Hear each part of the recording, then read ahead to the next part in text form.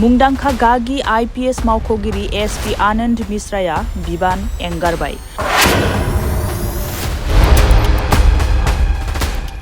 बे फोसावनाया आसामनि गाहाय नेहाथारिनि लिरनाय गांसे लाइजामनि गेजेरजों ससियेल मिडियायाव दिनै गोबारै गोसारदों। जेराव एस.पि. मिश्राया उदांस्रि आरो उदांस्रिनि जिउनि लुबैनायखौ दिन्थिनानै आइ.पि.एस. बिबाननिफ्राय ओंखारनायनि गावनि थिरांथाखौ फोरमायदों। गागि आइ.पि.एस. मावख'गिरि एस.पि. आनन्द मिश्राया दासान्दि लखिमपुर जिल्लायाव खामानि मावगासिनो दंमोन।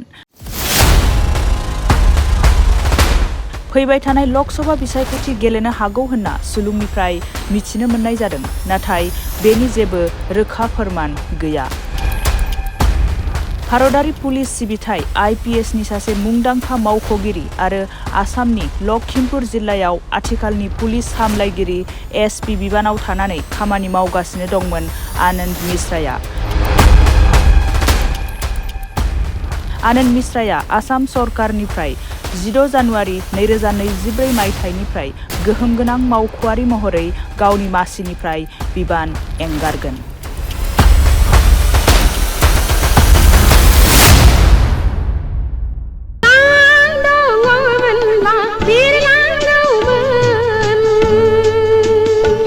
बर'नि गिबिसिन आबुं बर' सावथुन आलायारन सावथुनखौ नायनो हांखुर जानानै थानाय रायजो राजाफोरनि थाखाय गोजोनथाव खौरां।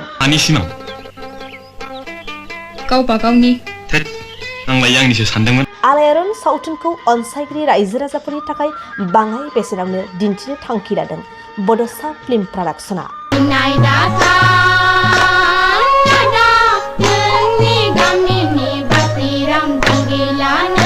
रायजो राजाफोरनि खाबुनि थाखाय क्रिसमास आरो इंराजि गोदान बोसोरजों लोब्बा लाखिनानै गोदान बोसोर 2024 इं मायथाइनि 2 जानुवारिनिफ्राय 20 जानुवारिनि गेजेराव बड'सा फिल्म प्रडाक्शना आलायारन सावथुनखौ बाङाय बेसेनाव रायजो राजाफोरनो दिन्थिनो थाखाय आखायाव लादों।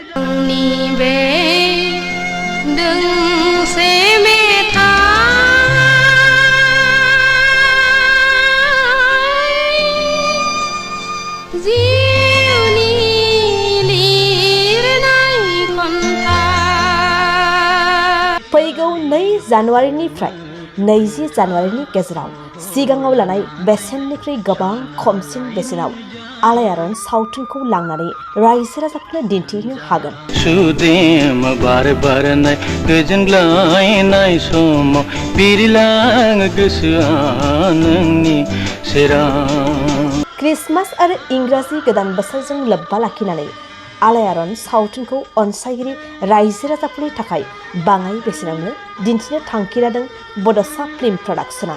कुन्जेनि खैसाराव नोंथाङा गासनबाय, नोंथाङा गावनि खाफालखौ जाबाय। हाखौ लामारनो नाजायोब्ला बाथ्राया गाहाम जानाय नङालै। बेनिखायनो दासिमबो जुदि नोंथांमोनहा आलायारन सावथुनखौ नुवाखैब्ला थाबैनो जगाजग खालामदो आरो बाङाय बेसेनावनो लांनानै आलायारन सावथुनखौ नायनो गोसो जानानै थानाय रायजो राजाफोरनो दिन्थिहैदो। नों खालि आंनो 500 रांल' हर, हाया फाक्का। नोंथांमोना आलायारन सावथुनखौ सिगांनि बेसेननिफ्राय गोबां खमसिन बेसेनाव लांनो थाखाय 8453766183 9678616741 आरो 7896298145 मबाइल नम्बराव फोनांजाब खालामदो।